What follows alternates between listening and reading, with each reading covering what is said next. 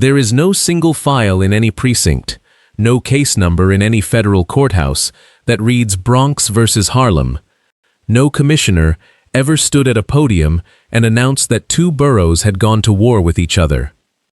And yet, for anyone who grew up on either side of the Harlem River, or anyone who has spent time studying the last 50 years of violence in this city, the phrase feels true. It captures something real, even if it isn't literally accurate. What actually happened is messier, longer, and in some ways more disturbing than a clean rivalry between two sides of a river. It's a story about dozens of crews, hundreds of shifting alliances, a prison system that manufactured its own gangs, and an economic collapse that turned entire neighborhoods into battlegrounds. You already know the broad strokes. What we're going to do here is put the pieces in order, connect the threads that are usually told in isolation, and look honestly at how a series of unrelated conflicts became, in the public imagination, one long war. Welcome back to American Crime Tracker. If you're new here, this is where we dig into the real stories behind America's most notorious crimes and criminal organizations. Hit subscribe so you don't miss what's next. To really understand why the 1980s exploded the way they did, you have to go back a decade earlier, to a Bronx that already had a serious gang problem, just not the kind built around crack. By the late 1960s and early 1970s, police estimated there were as many as 10,000 gang members in the Bronx alone, spread across roughly 100 different groups. These were not drug organizations in the modern sense. Gangs like the Black Spades, the Savage Skulls, the Savage Nomads, and the Ghetto Brothers were largely turf-based youth gangs, born out of the same disinvestment and white flight that had already begun hollowing out the borough, with members using colors, jackets, and club-style structures closer to outlaw motorcycle clubs than to a modern drug crew. That era came to a turning point in December of 1971. A member of the Ghetto Brothers, named Cornell Benjamin, known on the street as Black Benji, had taken on the role of the gang's peacekeeper, working to de-escalate conflicts between rival crews. While trying to broker peace between several warring gangs, he was beaten to death. Rather than retaliate, the leadership of the Ghetto Brothers made an extraordinary decision. They called for a citywide truce instead of a war. What followed became known as the Hoe Avenue Peace Meeting, a gathering of roughly 200 representatives from dozens of Bronx gangs, held at a boys' club and mediated with the help of city youth workers. Most of the borough's major gangs ultimately signed on to a general truce. That truce didn't end gang culture in the Bronx, but it did fundamentally change its character for most of the 1970s, shifting energy away from turf wars and toward block parties, music, and the early culture that would soon become hip-hop. Some of the same young men who had been gang members in that era, including a Black Spades member named Africa Bambaataa, went on to become foundational figures in hip-hop's birth. But that relative calm didn't last. Heroin addiction was already eating into gang membership through the mid-1970s, and by the time crack arrived in the mid-1980s, the loose truce that had held the peace for over a decade collapsed almost overnight. Crack didn't just introduce a new drug, it introduced a level of profit and violence that the old turf-based gang structure had never been built to handle, and the organizations that rose up to sell it looked and behaved nothing like the gangs that came before them. That same underlying economic collapse of the 1970s, the bankrupt city, the burning buildings, the disinvestment that had already produced 100 turf gangs, was still there when the truce finally gave out. Harlem, once the cultural capital of Black America, had been living through its own version of that decline for years, with job loss and a housing stock falling apart faster than the city could respond. Into that same vacuum, now without the informal peace that had held for over a decade, came crack cocaine by the mid-1980s. Crack didn't just introduce a new drug to these neighborhoods, it restructured the entire economy of the street. Unlike heroin, which required more capital and more established distribution networks, Crack could be cooked cheaply and sold in small, affordable amounts. That meant almost anyone with a stove and a corner could get into the business. The result was an explosion of small, hyper-local crews, each one claiming a block, a building, a housing project, or a specific set of corners.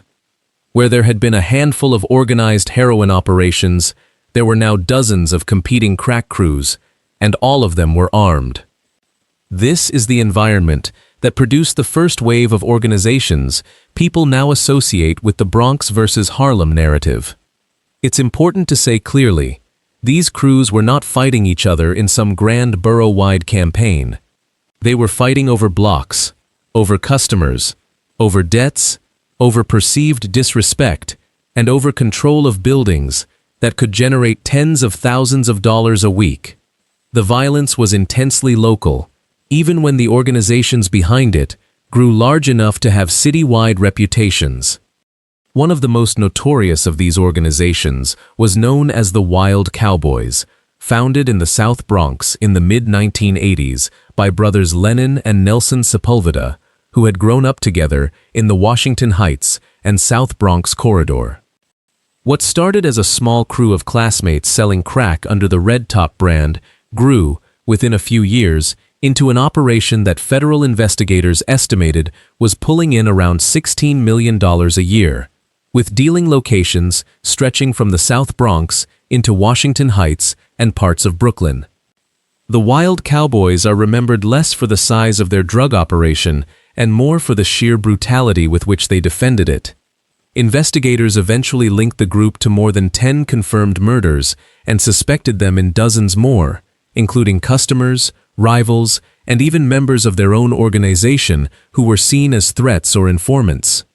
Some of the people running crack spots and acting as lookouts were reportedly as young as 12 years old, a detail that speaks to how deeply the drug economy had embedded itself in the daily life of the neighborhood. By 1993, a joint NIPTD and DEA investigation led to a sweeping indictment charging dozens of alleged members. The case against the core leadership went to trial in Manhattan, and, after an 8-month trial, several of the top defendants were convicted of murder and conspiracy charges.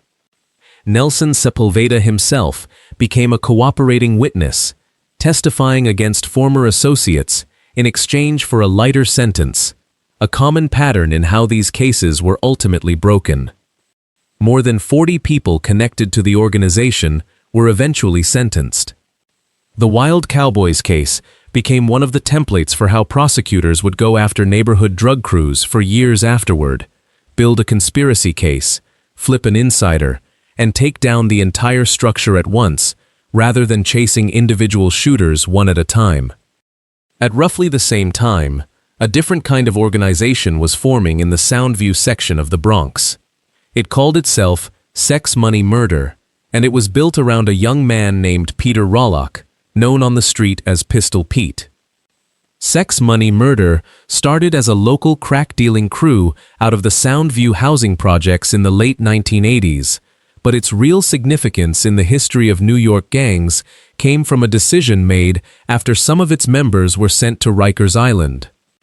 Inside the jail, Rawlock and others connected with the leadership of a growing prison-based organization called the United Blood Nation, which had itself been founded at Rikers as a defensive alliance among mostly Black and Latino inmates who felt outnumbered by the Latin Kings and other established groups inside the jail system. Sex Money Murder became one of the founding sets of the United Blood Nation, and in doing so, it helped import the Blood's brand, structure, and reputation from the West Coast into New York's prison and street culture for the first time in any organized way. This is a critical turning point because it shows how New York's gang landscape stopped being purely local. Once Sex Money Murder aligned itself with a national blood identity, other Bronx and Harlem crews began doing the same thing, adopting Blood or Crip sets as a kind of franchise model, borrowing the name recognition and reputation of the West Coast originals, while remaining, in practice, independent local operations with their own leadership and their own agendas. Sex Money Murder itself would go on to spread far beyond the Bronx, with law enforcement tracking members and affiliated sets into upstate New York, the Mid-Atlantic, and eventually the Southeast, long after Pistol Pete himself was convicted and sentenced. It's difficult to overstate how much New York's jail and prison system shaped the gangs that later operated on the street. Rikers Island, in particular, became something close to an incubator. Young men who went in as unaffiliated individuals, sometimes on relatively minor charges, often came out having joined an organization for their own protection. The United Blood Nation is the clearest example. It was founded inside Rikers specifically because a group of inmates felt they needed a collective identity to avoid being preyed upon by other groups. The Trinitarios followed a similar path. According to federal prosecutors and reporting on the gang's origins, the Trinitarios were formed at Rikers Island in the early 1990s after two Dominican inmates facing murder charges found themselves targeted by other groups inside the jail. To protect themselves and other Dominican and Hispanic inmates, they organized what became one of the first Latino-founded street gangs to originate in New York City rather than being transplanted from another region. The gang took its name from three historical figures associated with Dominican independence, adopted the motto God, Homeland, and Liberty, and built a strict internal hierarchy that punished disloyalty harshly.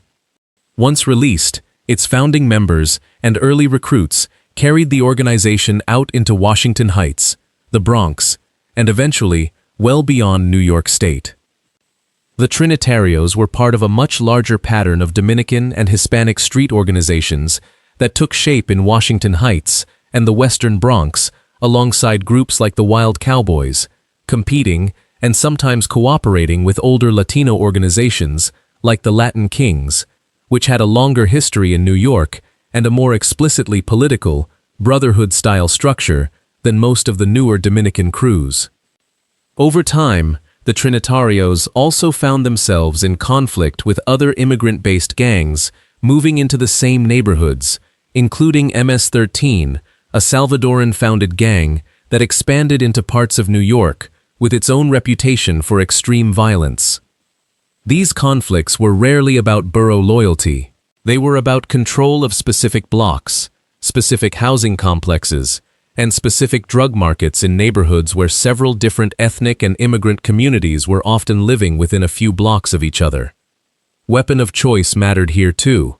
Where Bloods and Crips sets tended to rely heavily on firearms, the Trinitarios became particularly associated with machetes, a brutal and highly public method of violence that investigators say was partly about intimidation and partly a practical way to avoid the gunshot detection technology the NIPT had begun installing across high-crime neighborhoods.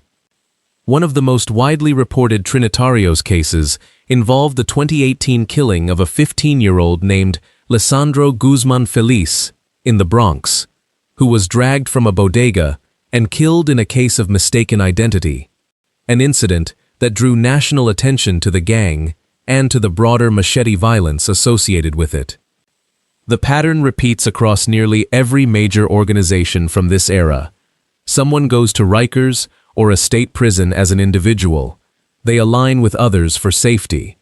That alliance takes on a name, a color, a set of rules, and a leadership structure. And when its members are eventually released, they don't leave the affiliation behind. They bring it home to their block. This is one of the most important and least discussed threads, connecting decades of violence in the Bronx and Harlem. A huge amount of the gang structure that shaped street-level conflict wasn't born on the street at all. It was born behind bars, in response to the conditions of incarceration itself, and then exported back out. Once released, these organizations didn't simply resume where they left off.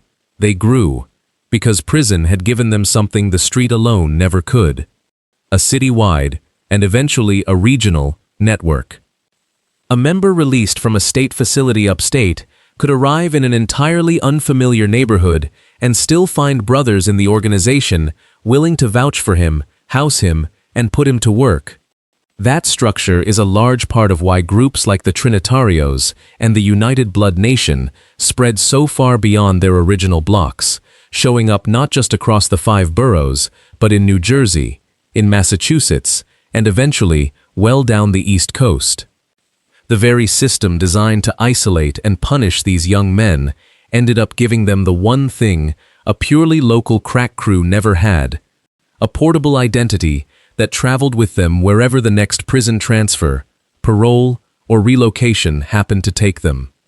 This dynamic also explains why the leadership of so many of these organizations, even decades later, could still direct violence from behind bars.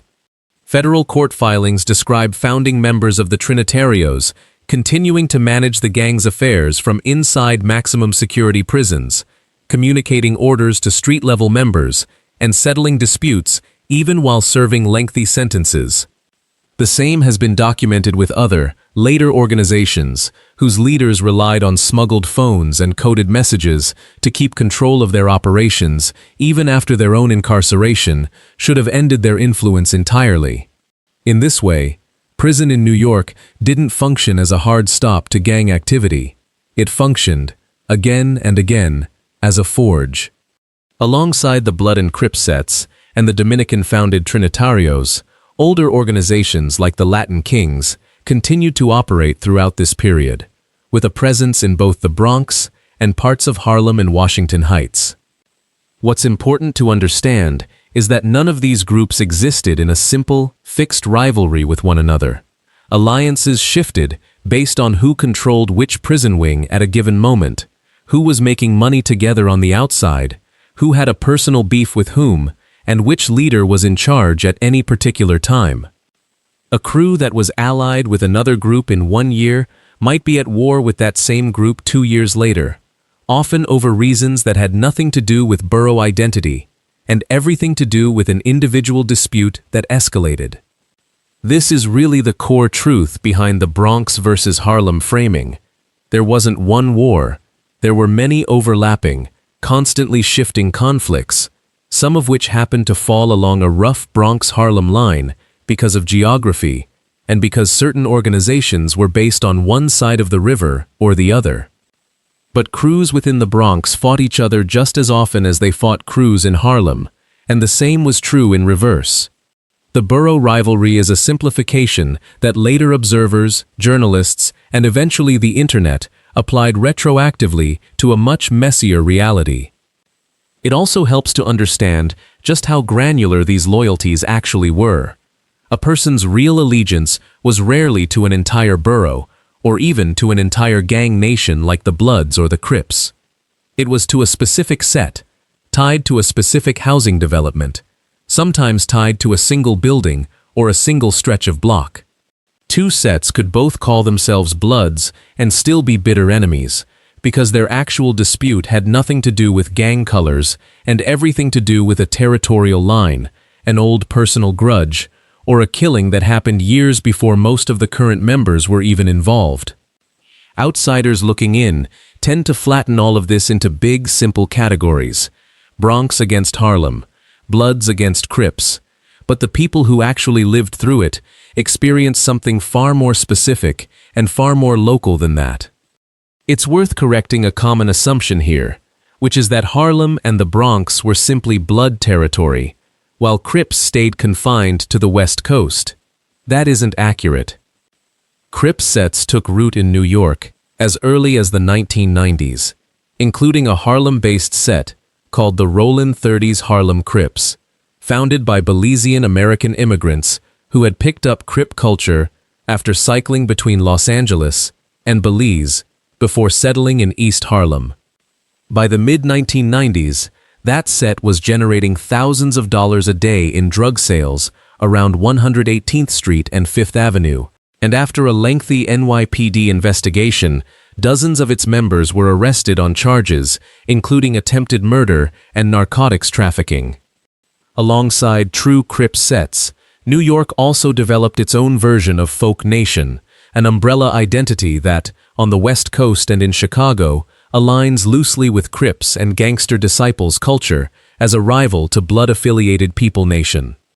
federal prosecutors have charged New York-based Folk Nation factions operating out of Brooklyn housing developments with murders, armed robberies, and years of turf violence against rival Blood and Crip sets alike.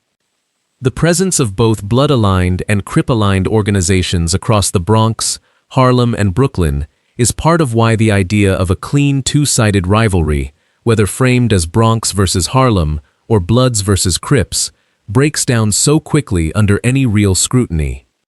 What actually existed was a patchwork of dozens of sets and independent crews, some aligned with national gang identities and some not, whose conflicts were driven far more by specific local disputes than by which nationwide affiliation they claimed. By the early 2000s, the crack epidemic that had fueled the first wave of organizations had cooled somewhat, but the infrastructure it left behind, the housing projects with entrenched crews, the prison-forged alliances, the reputations and rivalries passed down from older members to younger ones, remained firmly in place. A new generation of crews rose up in this period, often organized around specific housing developments rather than entire neighborhoods. Groups like the Young Gunnas, known as YGs, based around Bronx housing developments, and rival crews such as 18 Park became the focus of major federal investigations in the years that followed. In 2016, federal prosecutors in Manhattan unsealed racketeering indictments, charging dozens of alleged members of YGZ and 18 Park with a combined total of multiple murders, attempted murders, and years of drug and firearms trafficking, dating back to the mid-2000s. Some of the killings charged in that case had gone unsolved for years, before investigators were able to connect them to the broader conspiracy. This period also marked a shift in how law enforcement approached these cases. Rather than prosecuting individual shootings one at a time in state court, federal prosecutors increasingly used racketeering statutes, originally designed to take down organized crime families, to charge entire crews as criminal enterprises. This allowed prosecutors to connect a string of shootings, robberies, and drug sales that might otherwise have looked like isolated incidents, and to charge everyone in the organization's leadership structure at once, even members who hadn't personally pulled a trigger, but who profited from or directed the violence. The most significant shift in this entire history happened in the 2010s, when a new sound out of Chicago, called drill music, made its way to New York, and fused with the existing crew structure of housing developments across the Bronx and Harlem. This gave rise to a new kind of organization that is genuinely different from what came before it. Crews like OY, short for Original Youngins, based around the Sugar Hill section of Harlem, and OGs, short for Original Goons, based in the High Bridge and Cortlandt sections of the Bronx, along with groups like DOA, Dead on Arrival, and Sevside, built their identities as much through music and social media as through traditional drug distribution. These are best understood as neighborhood crews rather than the hierarchical, business-like organizations of the Wild Cowboys or Sex Money Murder era. Membership is often tied simply to which housing development or block someone grew up on. But the crews are still real, still armed, and still capable of extreme violence, and in some cases, individual members have documented ties to larger, more established gang structures. What makes this era distinct is the role that music itself began to play in escalating conflict. Diss tracks naming rival crew members, gloating social media posts after a shooting or an attack, and drill videos referencing real violence became a direct fuel source for retaliation in a way that simply didn't exist in earlier decades. A song or a video could reach a rival crew within minutes, and an insult delivered online could trigger a retaliatory shooting on the street within days. Some of the human cost of this era became national news, specifically because of the young ages involved. A number of the drill scene's most visible young artists, some of them still teenagers, were killed in the crossfire of exactly these ongoing rivalries between crews like OY and its opponents. These deaths drew widespread attention to how deeply intertwined the music scene and the street conflicts had become, and prompted renewed scrutiny from both the press and law enforcement over whether platforms hosting this content were, in effect, amplifying real-world violence. The NYPD and federal prosecutors responded to this new landscape with the same racketeering-style approach that had worked in earlier decades, but adapted to a digital environment. Investigators now routinely build conspiracy cases using evidence pulled directly from social media posts, text messages, and drill videos themselves, treating a boastful lyric or a celebratory post after an attack as evidence connecting a defendant to a shooting.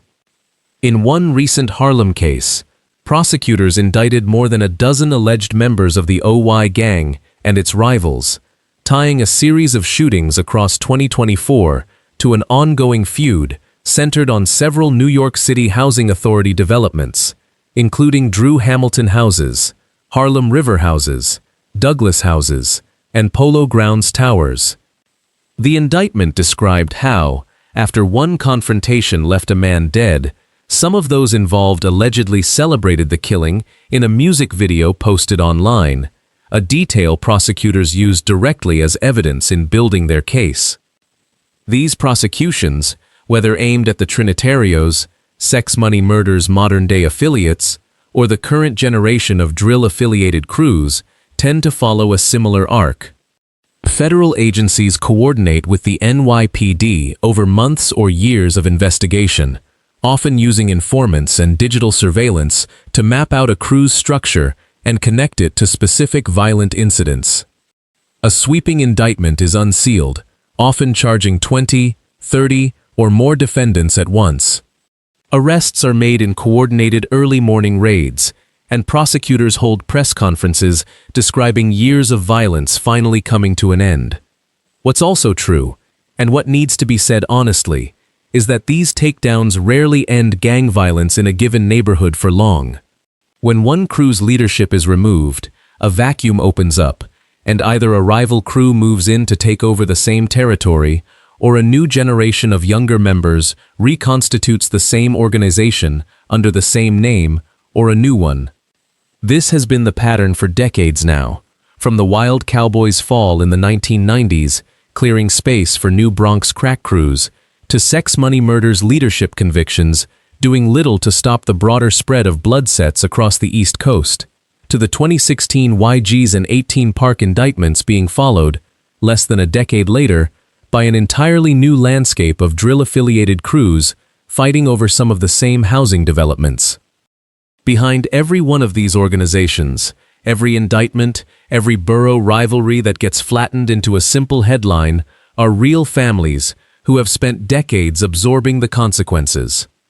Residents of Soundview, Highbridge, Sugar Hill, and Washington Heights have lived through multiple generations of this violence, sometimes losing a father to one wave of gang conflict in the 1990s and a son or grandson to a completely different, unrelated conflict 30 years later.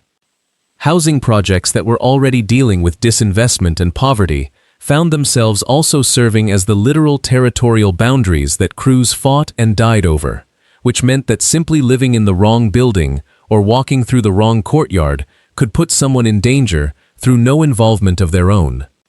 It's also worth remembering that most people who lived in these neighborhoods during every single one of these eras were never involved in any gang activity at all.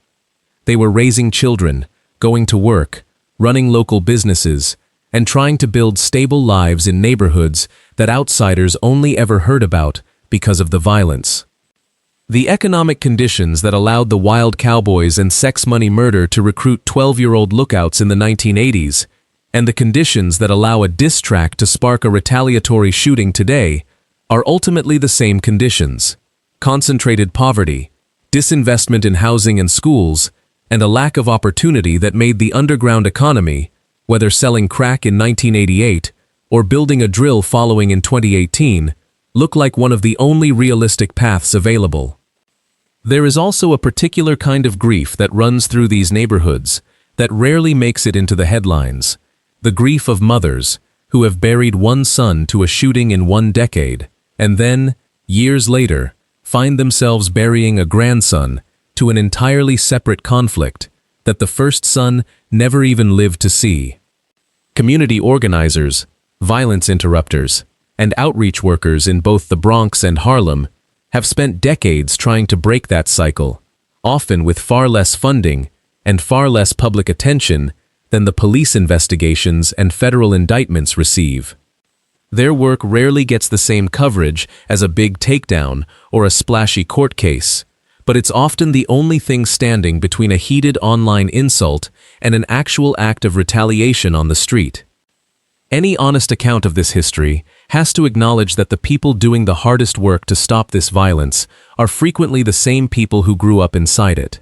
So why does the idea of a Bronx versus Harlem war persist, even though no such single conflict ever officially existed? Part of it is geography. The Harlem River really does separate these two areas, and it's easy for outside observers to map a series of separate conflicts onto that physical divide. Part of it is the way media, from true crime books to drill videos themselves, tend to simplify complicated, decades-long histories into a single dramatic narrative that's easier to tell and easier to sell. And part of it is genuine. There have been real, specific rivalries between specific crews on either side of that river, at different points across 50 years, that fed into a broader sense that the two areas were locked in permanent conflict with each other.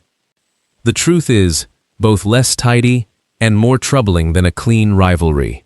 It's a story about how economic collapse in the 1970s created the conditions for the crack epidemic of the 1980s, about how that epidemic produced dozens of small, brutal organizations fighting for control of individual blocks and buildings, about how the prison system, meant to punish and separate, instead became the exact place where many of these organizations were born, as young men banded together for protection and carried those alliances back out to the street, about how, decades later, a new generation found a new way to broadcast the same old conflicts, this time set to a beat and uploaded within minutes of the violence itself. And about how, generation after generation, law enforcement has been able to dismantle individual organizations, but has never been able to dismantle the underlying conditions that keep producing new ones to take their place. That's the real story behind New York's so-called Bronx versus Harlem gang war. Not one war, but many. Not one generation, but several. And not a battle between two boroughs, but a much longer, much sadder story about what happens to communities when they're left to absorb, generation after generation, the consequences of poverty, addiction, and a justice system that has too often made the problem worse, rather than better. If this kind of deep dive into New York's real criminal history is something you want more of, please consider subscribing to this channel so you don't miss what comes next. This video is presented for educational and informational purposes only. It is based on publicly available reporting, court documents, and historical accounts.